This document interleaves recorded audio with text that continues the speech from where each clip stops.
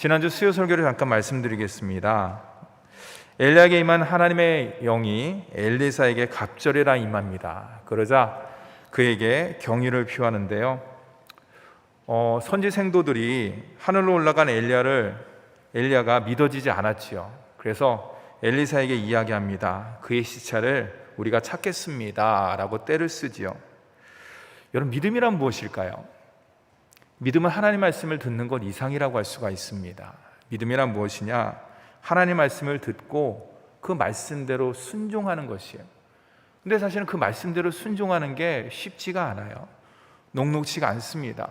그렇기 때문에 우리 이민성 목사님 말씀드렸듯이 기도해야 되는 거예요. 말씀을 붙잡고 기도를 붙잡고 하나님의 성령의 은혜를 구할 때 우리가 참된 믿음의 사람으로서 하나님 앞에 영광 돌리는 줄 믿으시기 바랍니다. 이제 엘리야의 모든 사역이 끝이 났습니다. 그리고 후계자인 엘리사의 이야기가 이제 시작이 되는데요. 두 사건이 나오죠. 지난주 말씀드렸듯이 여리고 사건이 나오고 베델의 사건이 나옵니다. 근데 두 사건이 너무나 대조적이에요. 여리고의 사건은 뭐냐? 여리고는 여호수아 6장에 의해서 저주받은 성읍이 되었습니다. 근데 엘리사에 의해서 생명의 성읍으로 고쳐지고 회복되는 것을 경험하게 되는 것이죠. 특별히 주술적인 행위로 한 것은 아니죠. 엘리사가 새 그릇에, 정한 그릇에 소금을 담아갖고 그것을 뿌렸는데 어떤 제의적인 행위에서 고쳐졌다라고 말할 수 없습니다. 정확하게 성경은 표현하고 있습니다. 하나님의 말씀이 여리고 성을 고쳤다는 것이에요. 그렇습니다, 여러분들. 저와 여러분의 10년 가운데 있는 하나님의 말씀은 축자적 말씀이 아니에요. 문자적 말씀이 아닙니다. 말씀이 육신이 되어 우리 가운데 거하시는 예수 그리스도가 로고스 되시는 주님께서 저와 여러분의 10년 가운데 함께 하시는 줄 믿으시기 바랍니다. 그렇기 때문에 그 예수님의 말씀, 그 하나님의 말씀은 생명이에요. 능력이라고 할 수가 있고 역사라고 할 수가 있는 것입니다. 그렇기 때문에 하나님의 말씀을 믿고 의지하는 자 또한도 저와 여러분의 인생은 능력이요 역사라고 믿으시기 바랍니다. 오늘도 특별히 가정과 직장과 10년 가운데 날마다 하나님 말씀을 세우고 성령의 인도함을 받기를 간절히 바랍니다. 두 번째 사건은 이제 베델의 사건이에요. 여리고에서 이제 베델로 올라가는데 아이들이 나와서 엘리사에게 이야기합니다. 대머리에 올라가라, 대머리에 올라가라 라고 놀립니다. 엘리사가 여호와 이름으로 저주를 합니다. 그러자 암콤 둘이 나와서 그 아이들을 죽입니다. 너무나 안타깝고 비극적인 사건이지만 여기에는 중요한 영적 의미가 담겨져 있는 것이죠. 그것은 무엇이냐? 바로 이스라엘이 엄청난 타락했다는 것이에요. 더불어서 남녀노소를 불문하고 이스라엘 모든 사람들이 도덕적으로 영적으로 타락했다는 것을 밝히 보여준다고 할 수가 있는 것이죠. 더불어서 우리가 또한 여기서 귀하게 깨달을 수 있는 것은 뭐냐? 믿는 자나 믿지 않는 자나 하나님의 형상대로 지음받은 존재라는 것이에요. 세상의 많은 사람들은 저와 여러분의 모든 사람들을 사용 가치로 평가를 합니다. 연봉이 얼마냐? 학교는 어디 나왔니? 스펙은 어느 정도니? 물론 이해는 할 수 있습니다. 왜냐하면 그것이 하나의 기준점이 될 수가 있지요. 그러나 하나님께서 만드신 창조 질서의 절대적 가치인 존재적 가치에는 절대로 비교가 될 수가 없는 것이죠. 연봉이 많고 스펙이 높고 또한 그 모든 지위가 높다 그래서 그 사람의 모든 가치가 뛰어난 것은 절대로 아니죠. 특별히 창조주 하나님께서는 외모로 판단하지 않고 스펙으로 판단하지 않고 믿는 자나 믿지 않는 자나 하나님의 형상대로 지음받은 그 하나만으로도 존귀한 존재라고 성경은 우리에게 거듭거듭 강조하고 있죠. 그렇기 때문에 저와 여러분이 어떤 마음을 먹어야 되느냐? 하나님의 형상대로 지음받은 자로서 존재적 가치를 높이고 또한 주위에 있는 믿지 않는 사람이 있다 그래서 그 사람들을 낮게 평가하는 것이 아니라 그들도 구원받아야 할 대상, 하나님의 은혜를 입어야 될 귀한 대상이라고 날마다 생각하면서 주님께서 저와 여러분에게 주신 그 은혜, 그 사랑을 믿지 않는 자들에게 흘려보내고 이웃과 함께 나눔을 통해서 섬김의 모습으로 나아가는 저와 여러분이 되기를 간절히 바랍니다. 이제 오늘 말씀을 함께 나눠보도록 하겠습니다. 오늘 우리가 읽은 열왕기하 3장의 내용은요, 아합의 아들은 아하시야, 그렇죠? 아합의 아들이 두 아들이 있었어요. 오늘 말씀에 보면은 아하시야가 있었고요, 그 다음에 여호람이 있습니다. 우리가 1장 가운데 공부를 함께 말씀을 함께 나누는데 1장의 아하시아는 다락난간에서 떨어졌잖아요. 그래서 결국에는 죽습니다. 근데 자식이 없어요. 그래서 아합의 또 다른 아들인 오늘 3장의 여호람이 이스라엘의 북이스라엘의 왕이 되어서 이제 통치하는 이야기가 오늘 말씀 가운데 나옵니다. 1절 말씀에 보면요, 여호람의 재위 시기, 그 다음에 수도, 그리고 더불어서 여호람의 어떤 긍정적인 면과 부정적인 평가를 성경은 내리고 있는데요, 2절 말씀에 제가 밑줄 한번 쫙 걷습니다. 그가 여호와 보시기에 악을 행하였으나 그의 부모와 같이 하지는 아니하였으니. 여러분 아시죠? 그의 부모가 누굽니까? 아합과 이세벨이에요. 그 아들 여호람이 아합과 그 아버지 어머니 이세벨처럼 행동을 하지는 않았지만은 그래도 여호와 보시기에 악을 행했다. 그러면서 3절에 이야기를 하고 있습니다. 여로보암의 길을 갔다는 것이에요. 느바세 아들 여로보암. 성경에는 하나님께 죄를 지었을 때 두 가지의 사람을 갖다 이야기를 합니다. 첫째는 느바세 아들 여로보암의 죄에 대해서 이야기를 하고 있고요, 또 한 것은 뭐냐면 우리가 금방 얘기했듯이 아합이 이를 이야기하는 거예요. 성경에 가장 악한 왕을 갖다 두 사람을 뽑은다 그러면, 하나님께서 가장 싫어하는 왕을 뽑는다 그러면 느바세 아들 여로보암과 바로 아합이라고 할 수가 있는 것이죠. 아버지의 길은 가지는 않았지만은 여로보암의 길을 갔다는 것을 성경이 이야기를 하고 있는 것이에요. 여러분, 설 익은 밥은 어떻습니까? 맛있습니까? 맛 없지요? 그렇죠? 딱딱하고 씹기도 곤란하고 소화도 잘 안 됩니다. 쉽게 말해서 좀 안타깝죠. 밥이 잘 되면은 맛있게 먹을 수 있는데 밥이 설 익었으면 안타까운 거죠. 오늘 만약에 밥으로 비유한다 그러면 북이스라엘의 여호람이 그런 것이에요. 여호람이 반쪽 신앙이라고 할 수가 있어요. 오늘 말씀의 주제는 온전한 신앙과 반쪽 신앙입니다. 반쪽짜리 신앙은 의미가 있을까? 물론 목사님, 믿음이 없는 것보다는 낫지가 않겠습니까?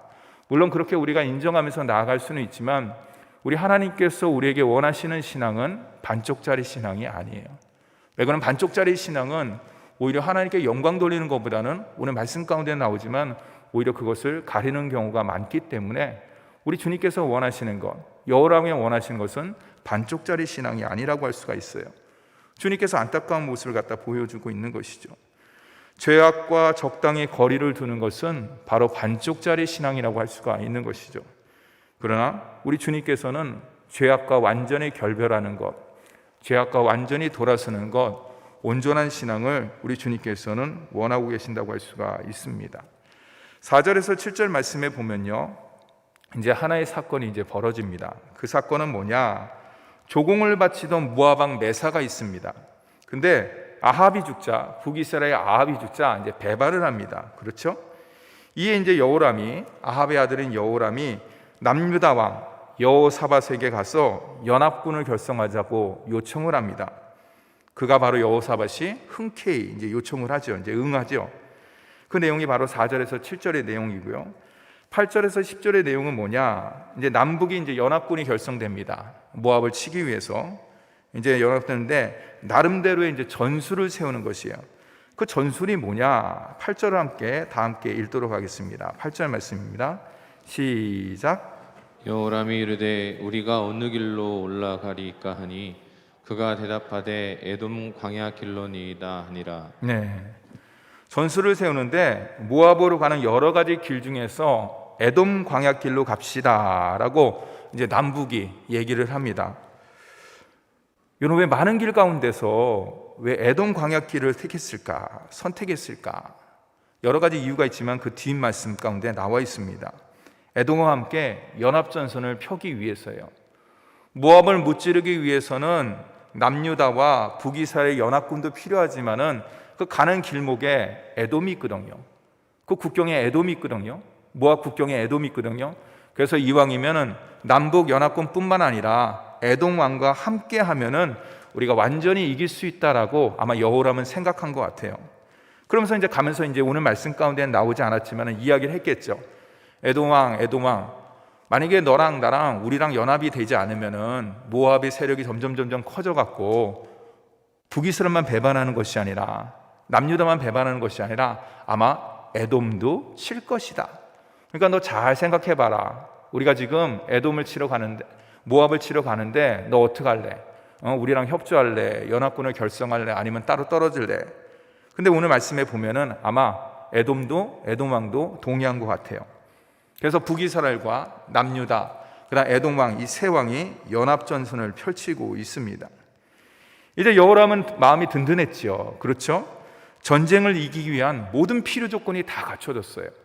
생각해 볼까요? 첫째, 모압이 배반했습니다. 그렇죠? 그 전까지는 모압이 북이스라엘의 조공을 계속 바쳤거든요. 다윗이 모압을 점령한 이후에 계속 조공을 바쳤어요, 모압이. 근데 이제는 아합이 죽자 배반을 하는 것이죠. 그러니까 전쟁 명분이 생긴 것이에요. 전쟁을 치르기 위해서는 명분이 있어야 되는데 이 모압이 배반을 했으니까 우리가 치더라도, 전쟁을 하더라도 얘네들 할 말 없을 거야 라고 확실한 전쟁 명분이 생겼어요. 두 번째는 뭐냐? 북이스라엘과 남유다, 게다가 제3국인 에돔까지 합세한 것이에요. 연합군을 결성한 것이죠. 거의 천군 만마를 얻은 것이에요. 누가 보더라도 이것은 모압을 분명히 무찌를 수 있는 그런 놀라운 힘이고 군사력이라고 할 수가 있습니다. 또한 뭡니까? 에돔과 연합하여 에돔길로 가서 모압을 치려는 전술 또한도 좋은 전술이라고 할 수가 있는 것이에요. 뺑 돌아서 가는 것이 아니라 바로 앞으로 나가서 그 모든 것들을 할 수 있는 좋은 전술을 세웠기 때문에 전술도 됐죠. 전쟁 명분도 생겼죠. 연합군을 결성함으로 해서 모든 것들이 다 갖춰졌죠. 전쟁에 필요한 모든 승리 조건을 다 갖췄어요. 여러분, 이제 어떻게 될까요? 이길 수 있겠죠.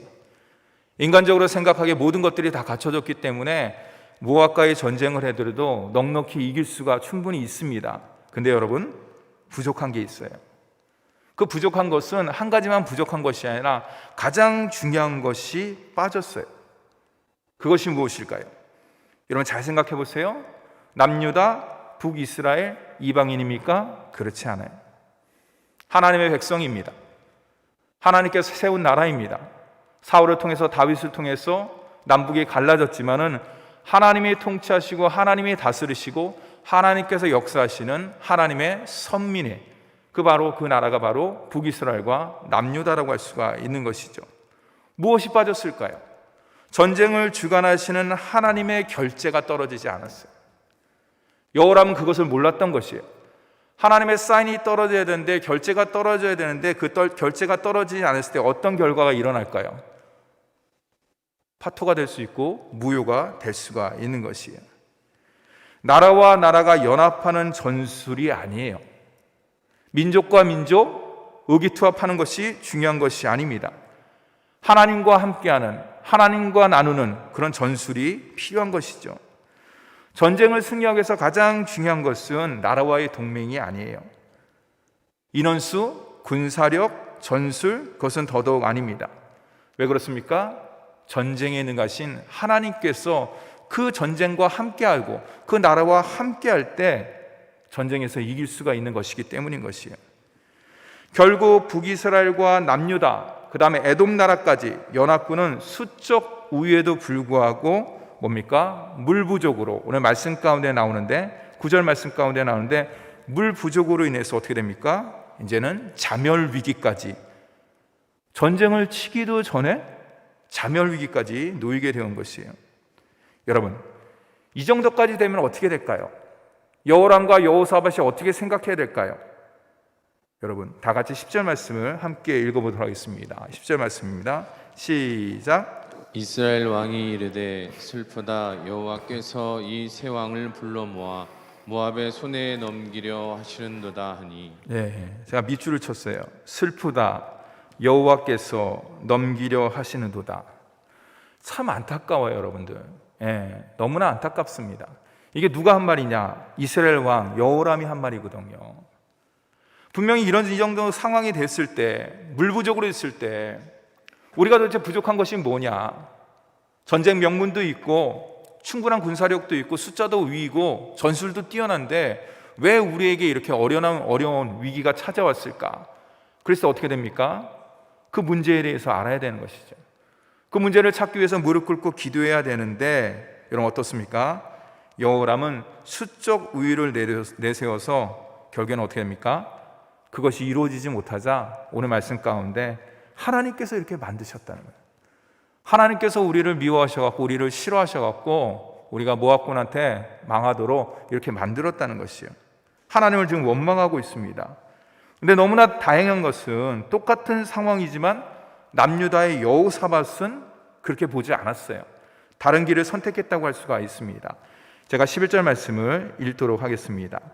여호사밧이 이르되 우리가 여호와께 물을 만한 여호와의 선지자가 여기 없느냐 하는지라.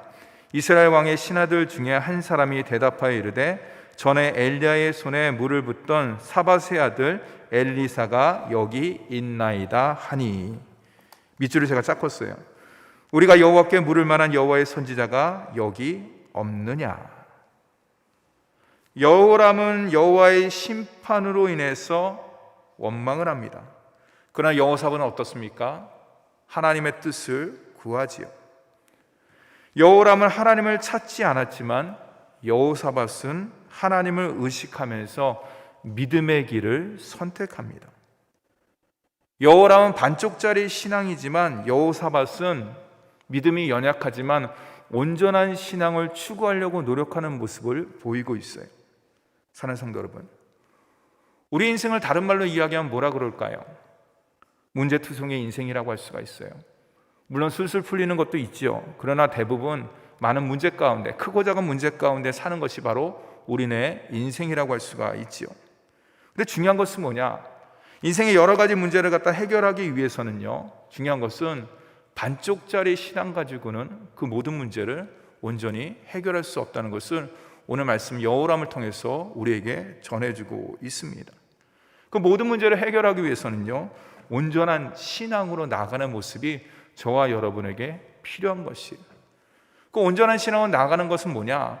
여호람과 여호사밧은 똑같은 상황을 봤어요, 여러분들. 그렇죠? 물 부족 현상을 본 것이에요.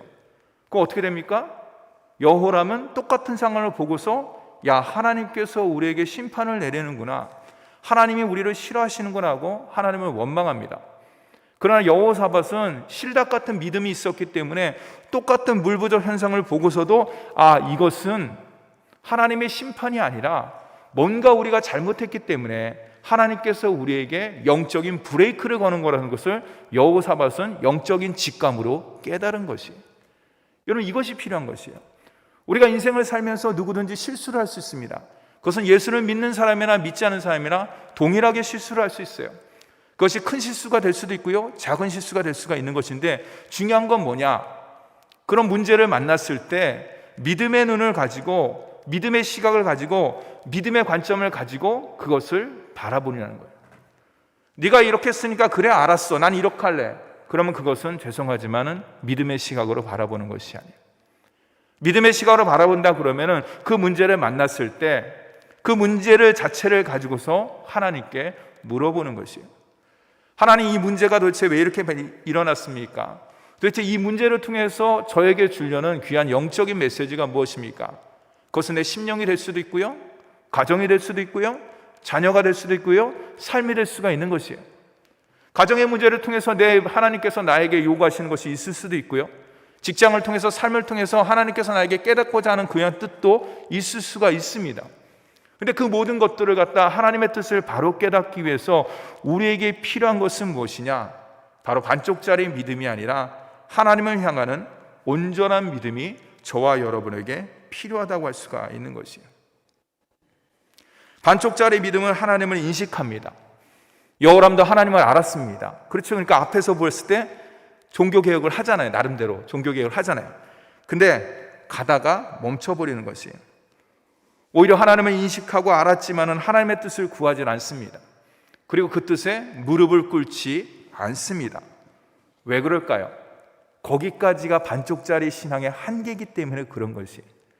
이거는 힘으로 되고 능으로 되는 것이 아니에요. 반쪽짜리 신앙은 성경에 나와 있듯이 오직 성령으로, 오직 하나님의 권능으로, 오직 성령의 역사로 그 모든 것들을 이끌어 나갈 수가 있는 것이에요.